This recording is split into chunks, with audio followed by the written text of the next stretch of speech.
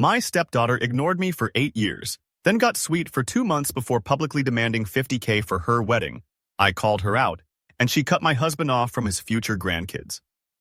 I'm a 44-year-old woman who's been married to my husband, Tom, who's 48, for a solid 8 years now. Tom has a daughter named Sinra, who's 24, from his previous marriage. To give you some background, Sinra has never really warmed up to me. When Tom and I started dating, she was a teenager of 16 and she made it pretty clear that she wasn't interested in having anything to do with me. I totally got it. Divorces are tough on kids. So I tried to respect her space while also being friendly whenever we crossed paths. Over the years, I've been there for her major life events like her high school graduation, college milestones, birthdays, and all, always with a thoughtful gift in hand, trying to show interest in the things she likes. But she would hardly acknowledge me, often leaving the room when I entered or talking over me whenever I chimed in during conversations. Tom would gently remind her about being polite, but I always told him not to push it, thinking she'd come around in her own time. I was patient. Her mom, Julie, who's 46, and I have a civil relationship. While we're not exactly friends, we can share a space without any drama. About 2 months ago, something unexpected happened. Sinra started being nice to me, like genuinely nice. She'd text me funny memes, ask about my work, and even invited me out to lunch, just the two of us. I was over the moon, thinking that after 8 years we were finally starting to connect. Tom was really happy about it too. So fast forward to last weekend and we're at her engagement party. Her fiancé, Jake, who's 26, seems like a real sweetheart. The party was held at a nice restaurant with around 40 people. Midway through, Sinra stood up tight. Give a speech thanking everyone for coming and talking about Jake.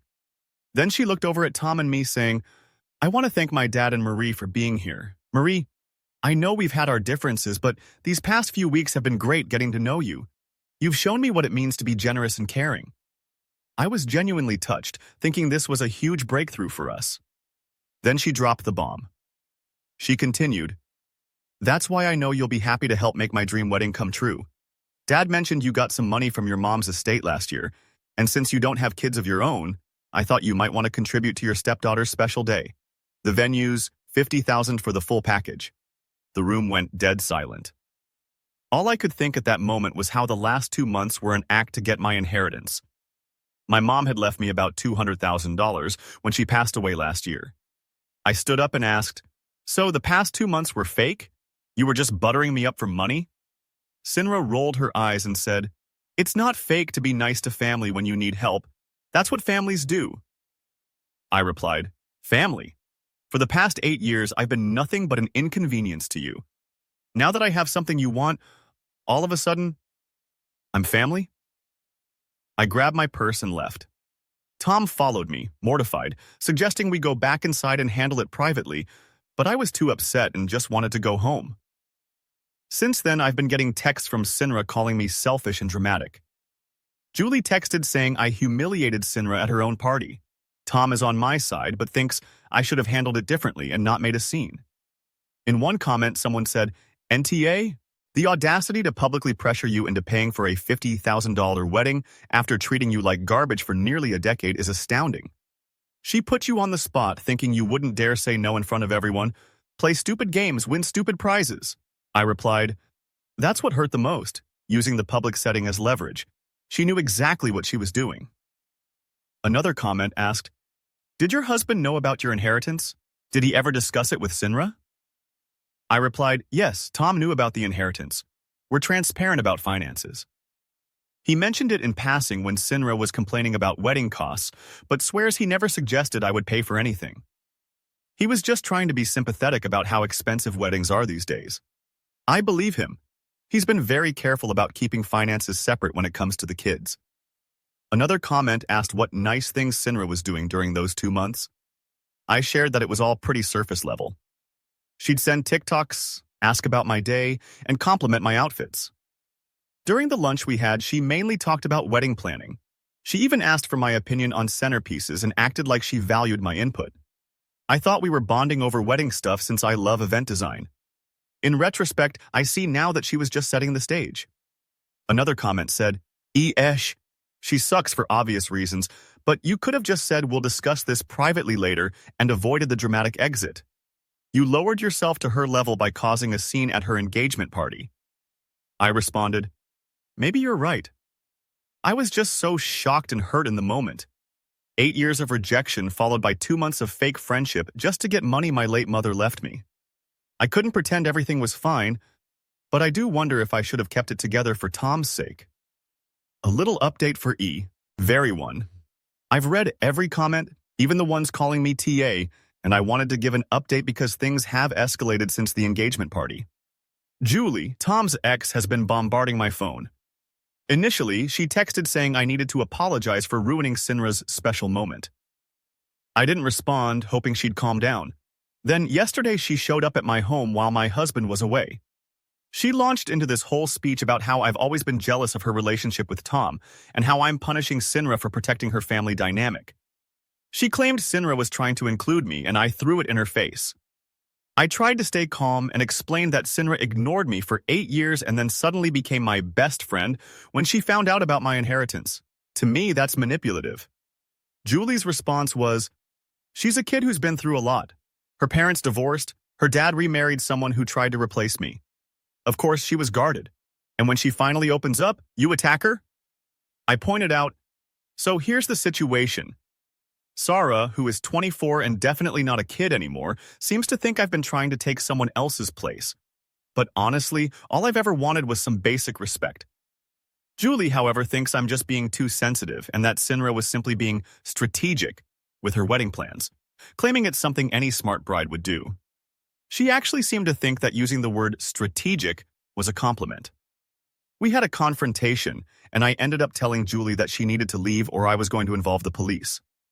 She stormed off, but not without a parting shot, saying Tom would eventually realize the kind of person I am and that I couldn't keep a father away from his daughter. Tom, bless him, was furious. He called Julie and told her to back off. He also spoke with Sura and made it clear that her mom's antics were out of line.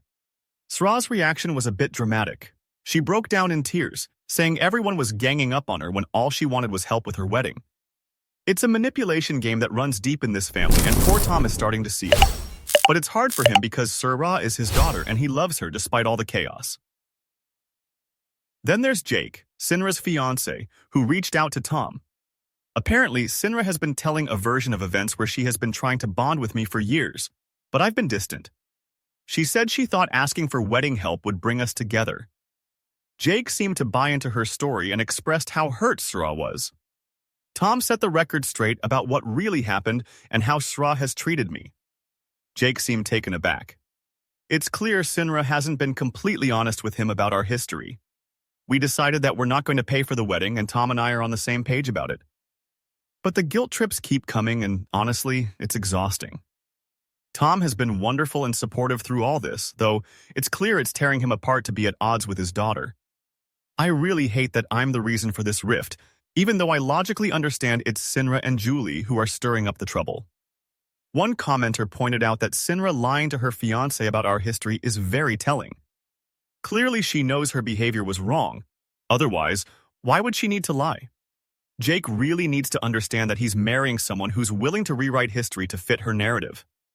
In response to another comment about custody and visitation history, Tom had equal custody until Sura turned 18. She chose to live with Julie full-time during her last year of high school. Tom never missed any important events, even when Sinra was cold towards us. After she turned 18, she'd see him once a month for dinner, but that increased to weekly dinners when she started college. I always encouraged their relationship and never pushed to be included when she clearly didn't want me there. Things took a turn for the worse. After reading some advice to handle things privately, I decided to try and extend an olive branch, not because I thought I was in the wrong, but because I can't bear seeing Tom in distress. I texted Sinra, suggesting we meet up for coffee to try and smooth things over. Much to my surprise, she agreed. We met yesterday at a neutral spot, and I started by apologizing for how things unfolded at her party. I admitted I should have handled my reaction privately, explaining I was hurt and reacted emotionally. Her response took me by surprise. She flat out said she wouldn't accept my apology. When I asked her why, she said I humiliated her in front of her friends and family, and a private apology couldn't fix public humiliation. Plus, She didn't think I was genuinely sorry and that I was just trying to ease my own conscience. I tried to steer the conversation towards the past couple of months, expressing my genuine hurt because I thought we were finally building a relationship. She laughed and said she was only nice to me for my benefit. Apparently, she was trying to ease Dad's worries about us not being close and thought if she was friendly, I'd feel part of the family and want to help with the wedding. But then she accused me of making it all about my feelings. I pointed out how manipulative that sounded, but she called it consideration, suggesting she was being considerate by being nice to me. She felt I should reciprocate by helping with the wedding. The mental gymnastics were impressive. I told her that real relationships aren't transactional like that. She said I was naive, and she believes all relationships require some give and take. Then came the ultimatum. She wants me to apologize publicly, either at a family dinner with her mom present or on social media where her friends can see it. She wants me to admit I overreacted and misunderstood her motives. If I do that, she might consider inviting me to the wedding. Otherwise, I'm not welcome. I told her I needed time to think and left. When I shared this with Tom, he was disgusted. He called Sinra immediately and told her she was being manipulative and cruel. Her reaction was to cry and claim he was choosing me over his own daughter, warning he'd regret it when she has kids and excludes him from their lives. Tom reassured her he loves her but won't enable such behavior. Sora hung up on him.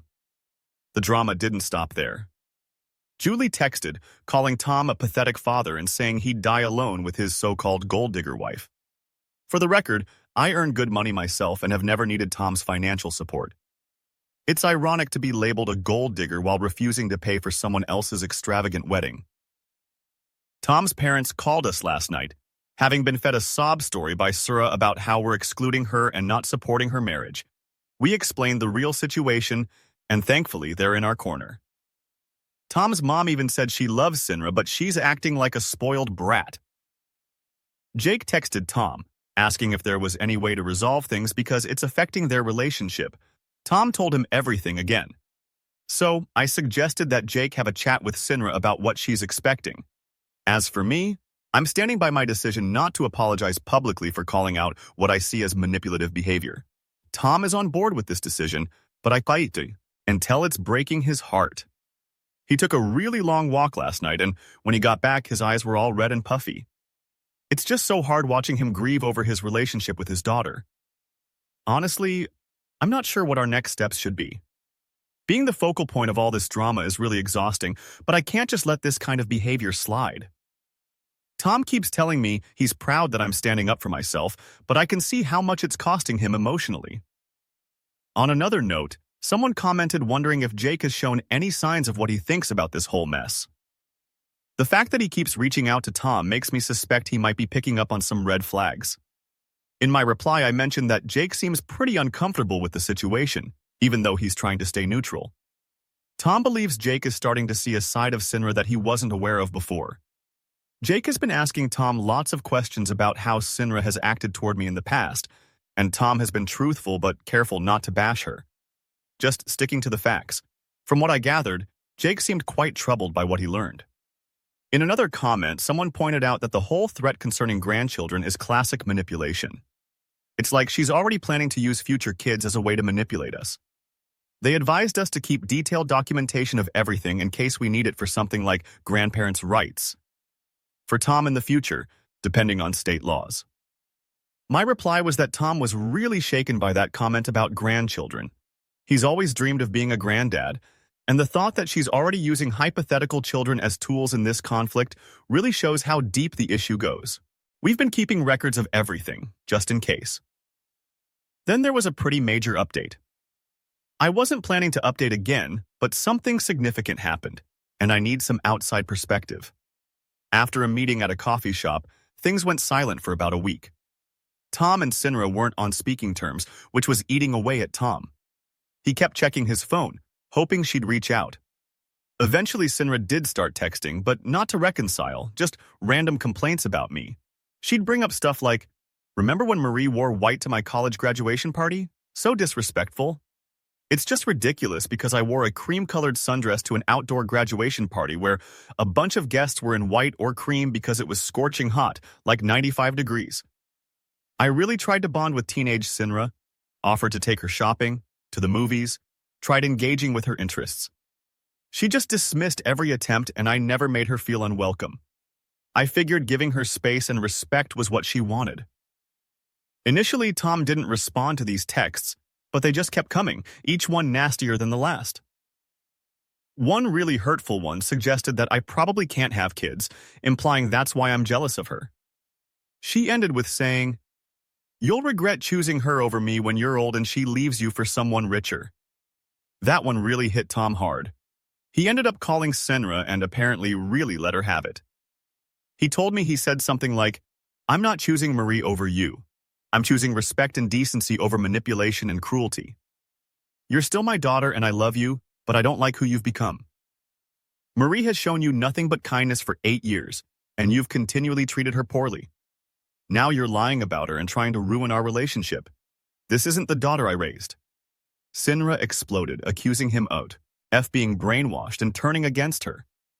She said something about Julie having been right about me all along, but didn't elaborate on what Julie had said. She ended up telling him he was dead to her and that when she has kids, they'll never know his name.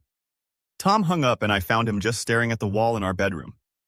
He seemed absolutely shattered, and I held him while he cried.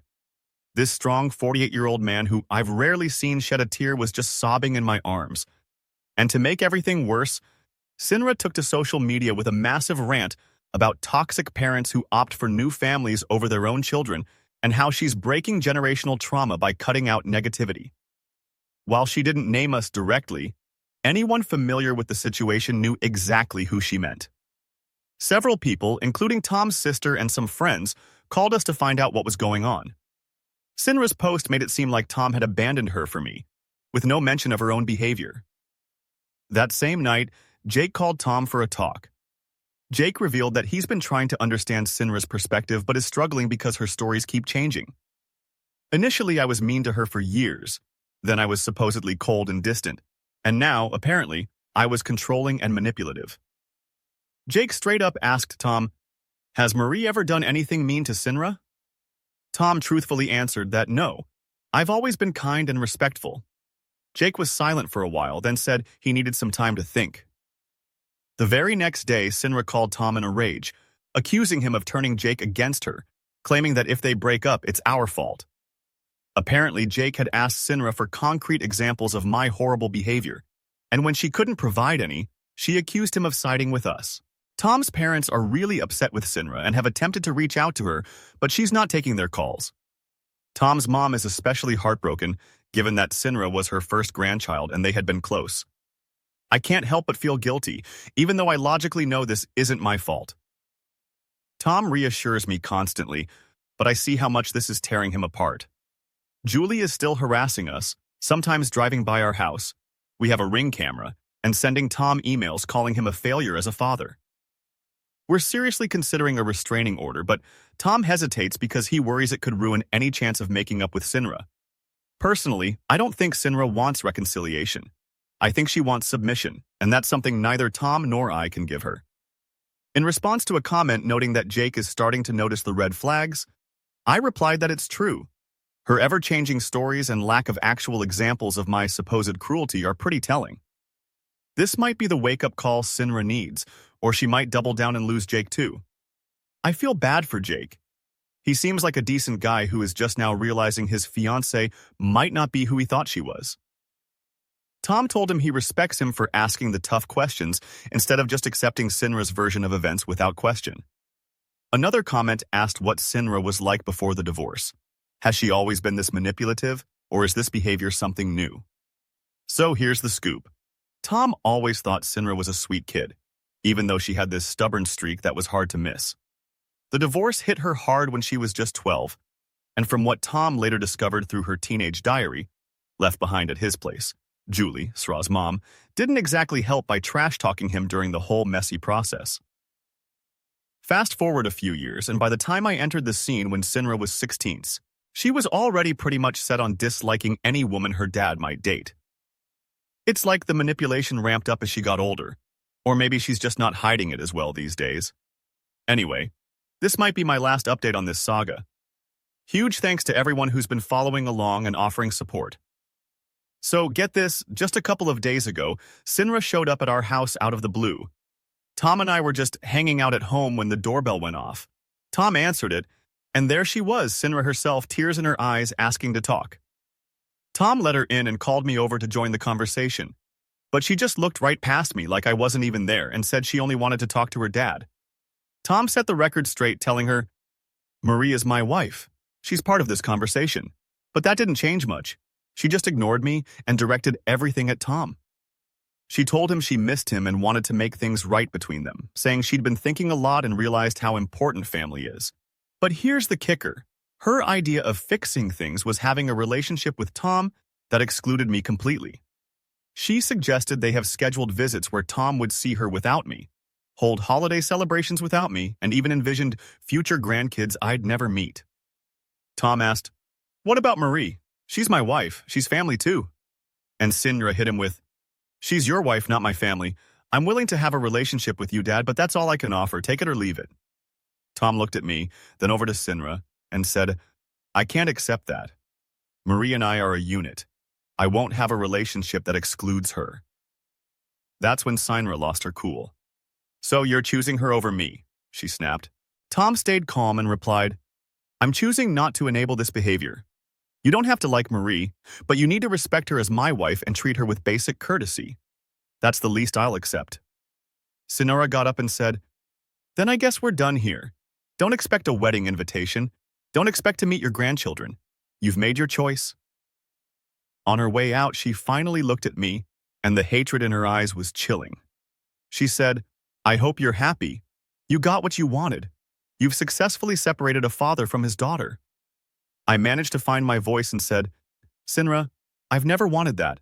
I've only ever wanted to be treated with respect." She just laughed and said, "Respect? You want respect? You're nothing to me. You'll always be nothing, just the woman who destroyed my family." And then she was gone. Tom broke down after she left. We held each other and cried, and he kept apologizing to me for what she said. I told him none of this was his fault.